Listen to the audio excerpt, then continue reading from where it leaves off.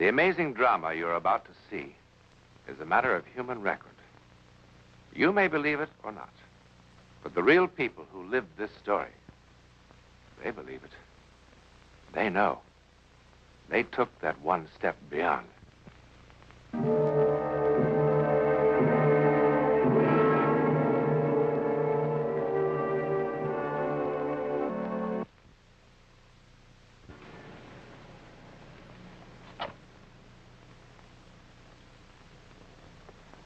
Inconspicuous, but smart. And right off the park. Few people realize it is the home of the famous stage actress, Elena Stacy. Even fewer know that tonight, after many long, grim months, she's coming home. They've kept that secret. The house is full of tension, secrecy, and something like fear. Because, and let us face it, all of us fear the unknown. But more especially do those who seem to hear it calling in a voice from beyond.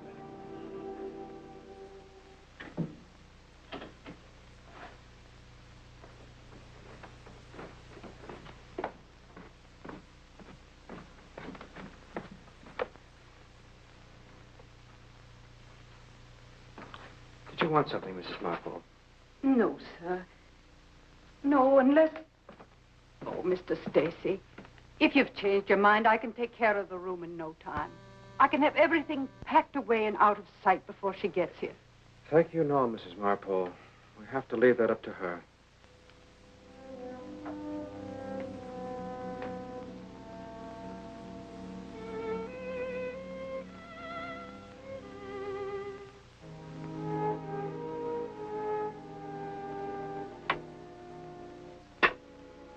Poor thing.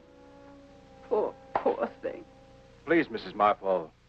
I'm sorry, sir. Forgive me. I'm sure you know best. But I'll go see about the table. I had Mary clean all the good silver, and there's some fresh flowers. Now, wait. Mrs. Marpole, I thought I'd explained it to you.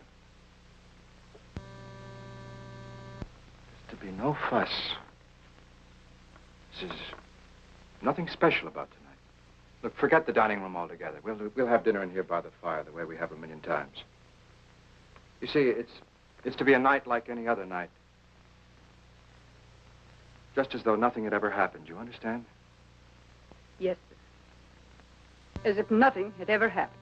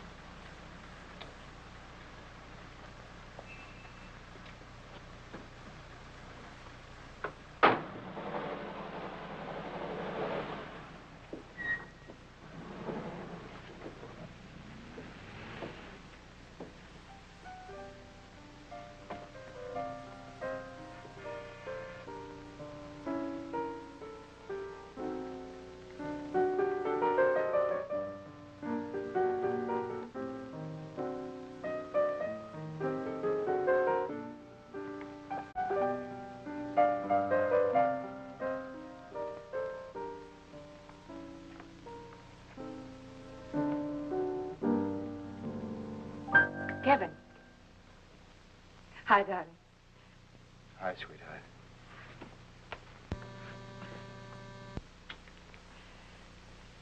Lovely out. Autumn. Did you notice? The leaves falling and...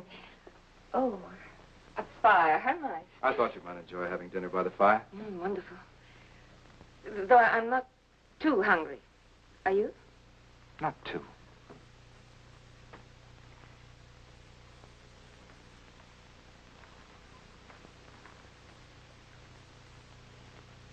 Do you think I haven't changed, have I? You'll always be beautiful.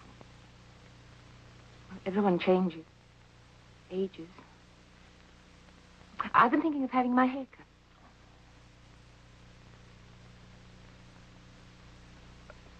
cut. Mrs. Marpole. Mom, it's so good to have you home again. What are we having for dinner? Oh, a souffle, ma'am, and some nice rare beef that you always used to like. And, well, ma'am, it's nothing special. Oh, fine. Sounds fine. And I see you've arranged to put us in here. Yes, ma'am. I'll do that, Miss Marpole. Yes.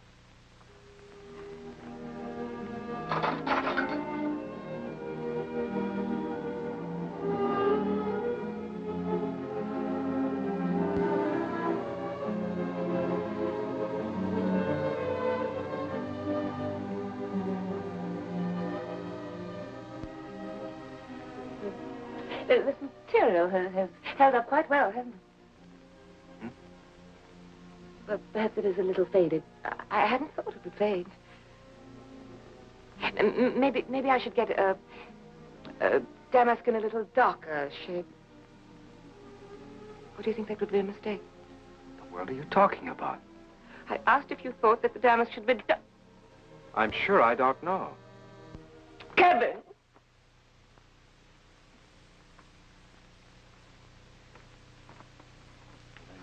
Doing. It couldn't matter less to me what curtains, what material. This just won't work, this insane little game we're playing. This what game? I'm sorry. All right, Elena. I said insane game. It's just a phrase, but you know what I meant. But you said, your last visit, you promised that when I came home, we'd act as though nothing had happened. I was a fool. Your doctor would be the first to agree. Don't you see why it won't work? Because it is an act. Because we're two strangers trying to pretend that nothing has happened. That there's been no tragedy, no loss. There's nothing for us to forget.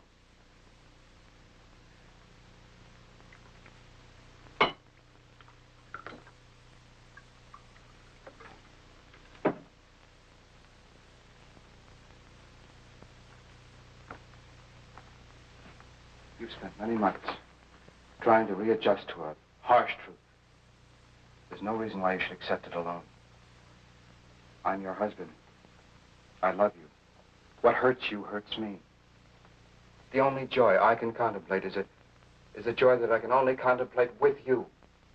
That's the reason why we can have no secrets, no pretenses. It's the reason why it's useless to be talking about curtains and drapes when what's really on our minds is what has happened. And how we're going to face up to it from here on in.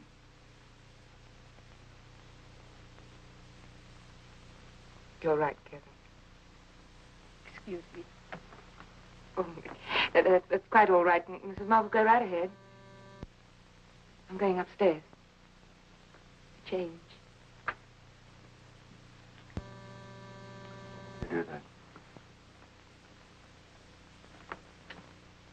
Hey. It's going to be all right. You'll see.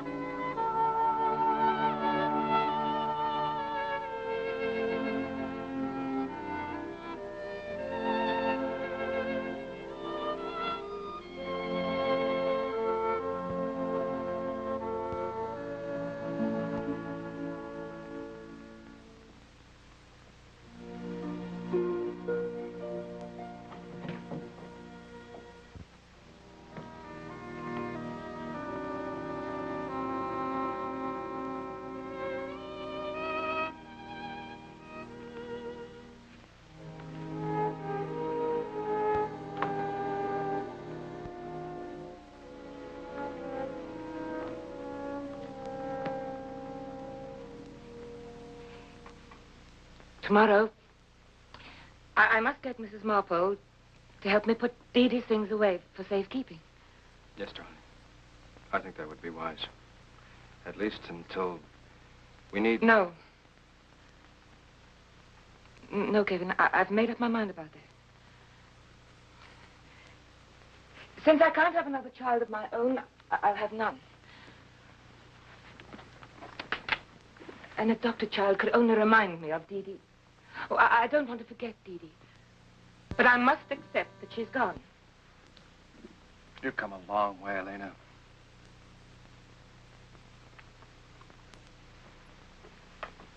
I am better. Aren't I? Yes, my darling. Yes. And this world of unreality I was living in, because I wanted it to be true that Dee Dee didn't really die, that the truck which struck her down that rainy night was only a nightmare.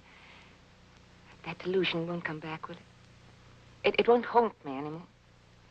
No, Elena. No more.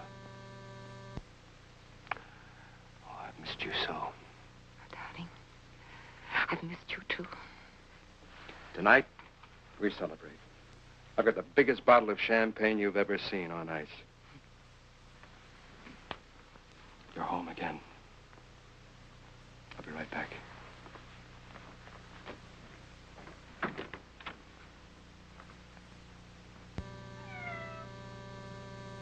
Hello. My, how you've grown. Oh, don't be afraid of me anymore. I'm all better now. I don't hate you anymore. I know it wasn't your fault she ran out into the street. Poor Sam. You've missed her too, haven't you?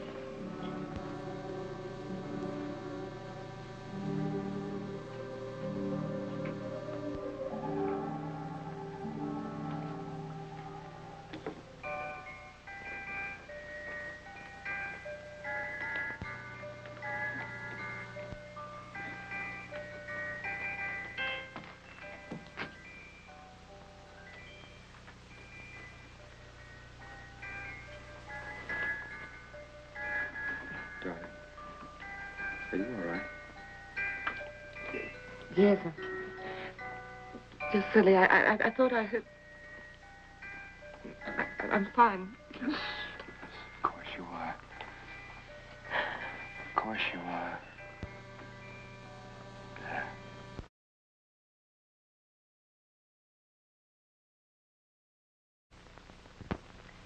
Alas, why know you so your nether lip? Some bloody passion shakes your very frame. These are portents, but yet I hope they do not point on me. And then Othello says, peace and be still. and then I say, I will so. Alas, why know you so your nether lip? Some bloody passion shakes your very frame. These are portents, but yet I hope they do not point on me.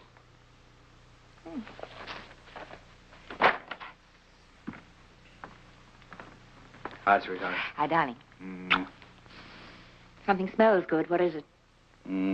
Get your hot roasted chestnuts right here. Oh, nice. What did I ever do to deserve you? That is a good question. As a matter of fact, lately, very little.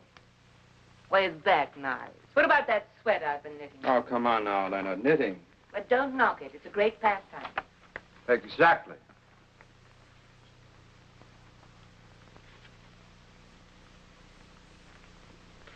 Please, Kevin, don't ask me again. I can't do it, really, I can't. Why can't you?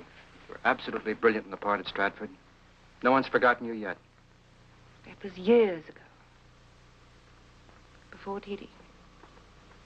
You know very well you watch the mail like a hawk, waiting for a good play.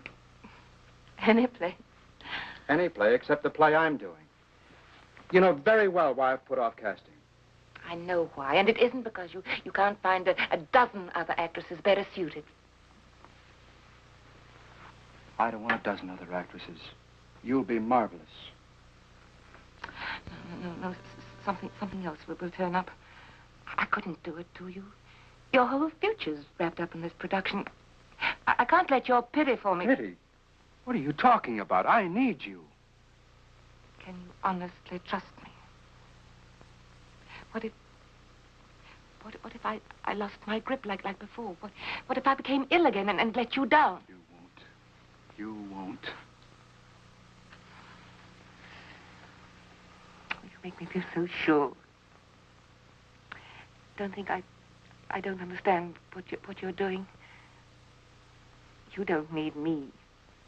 I need the chance, like therapy. Like the time that horse threw me and you made me get back. No more talk. You're going to be in rehearsal tomorrow morning. No back talk.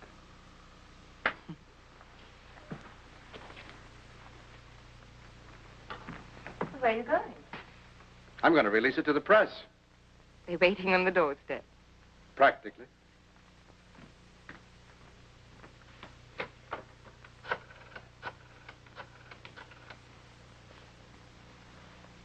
Hello, Harmon. Yes, she's responded to it just beautifully.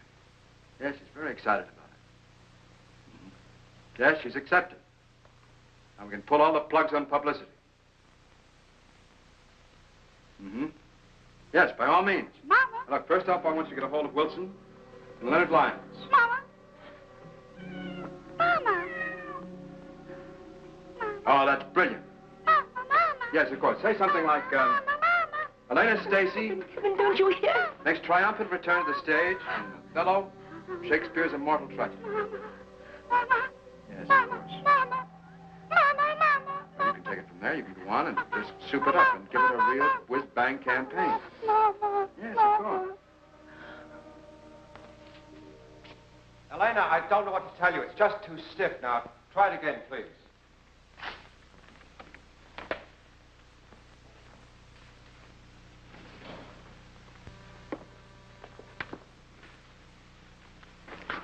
Why, sweet Othello? Devil! I have not deserved this. Oh, devil, devil. If that the earth could teem with women's tears, each drop she falls would prove a crocodile. Out of my sight! I will not stay to offend you.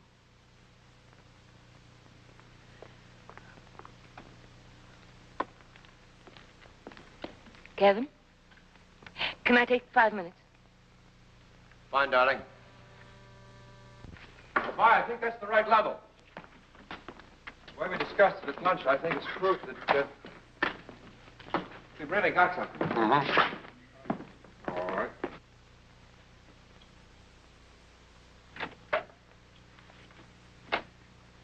Dr. Harvey. Ah, Miss Stacy.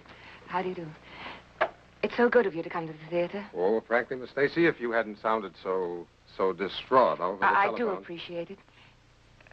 Where shall I sit? Oh, this will be fine. Now, this will give us a chance to get a preliminary idea of just how much loss exists. Loss? Mm-hmm. When did you first become aware of a loss of hearing?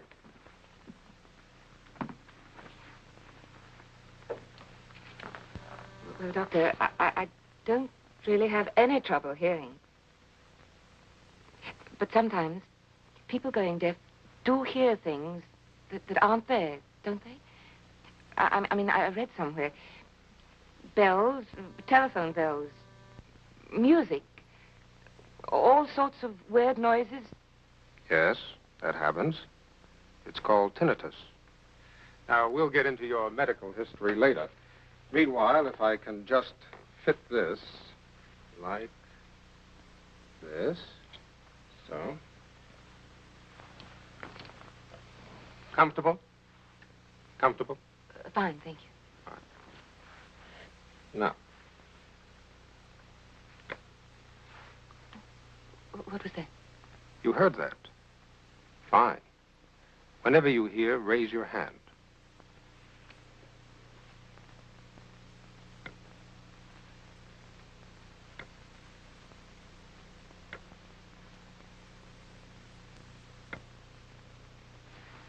I didn't hear anything. Doctor, that could mean that I really am... Please, Miss Stacy, don't excite yourself. You didn't hear a tone that time because there was none. I tricked you. Now, once more, please.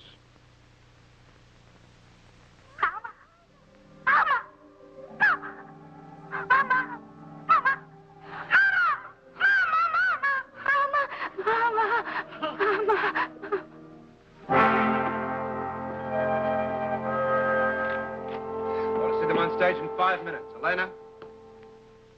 What's the matter with her? What's going on here? Who are you? Dr. John Harvey, there's nothing to be alarmed about. The young lady simply has a lively imagination. She imagined she might be going deaf. But, as a matter of fact, after preliminary examination, I'd say her hearing is perfectly normal. Going deaf? Ear doctor? What the devil are you doing with an ear doctor?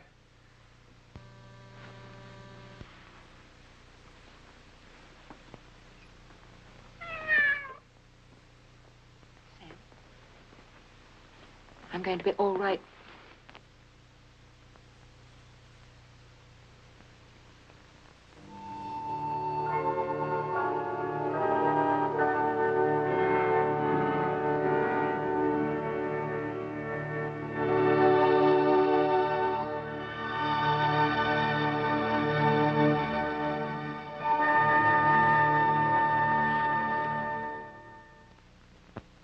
Till she come, as truly as to heaven, I do confess the vices of my blood.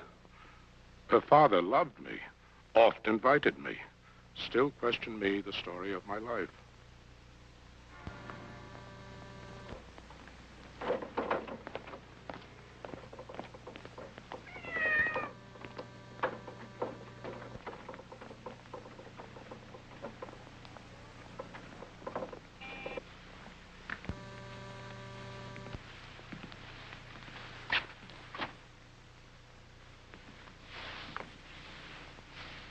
My noble father, I do perceive here a divided duty.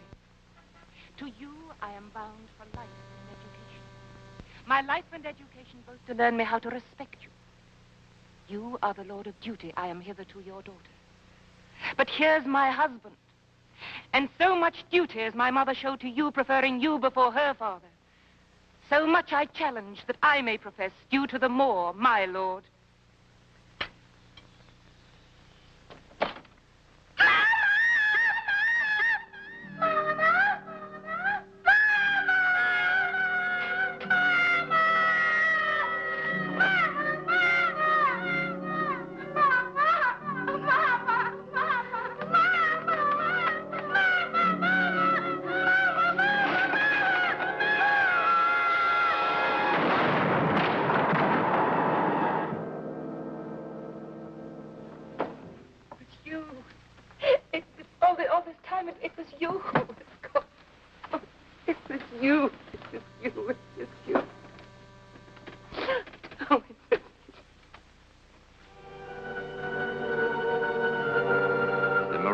Appearance of that little girl not only saved Elena Stacy's life, it saved her sanity. For now she knew that the haunting voice was not the echo of a disturbed mind, but an incredible warning.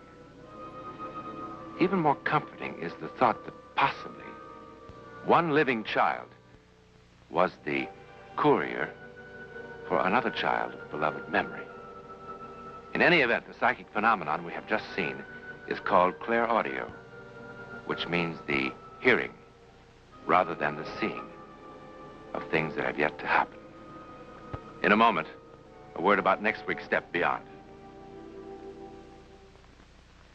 Next week, and every week, we'll be bringing you the personal records of the rarest kind of human experience.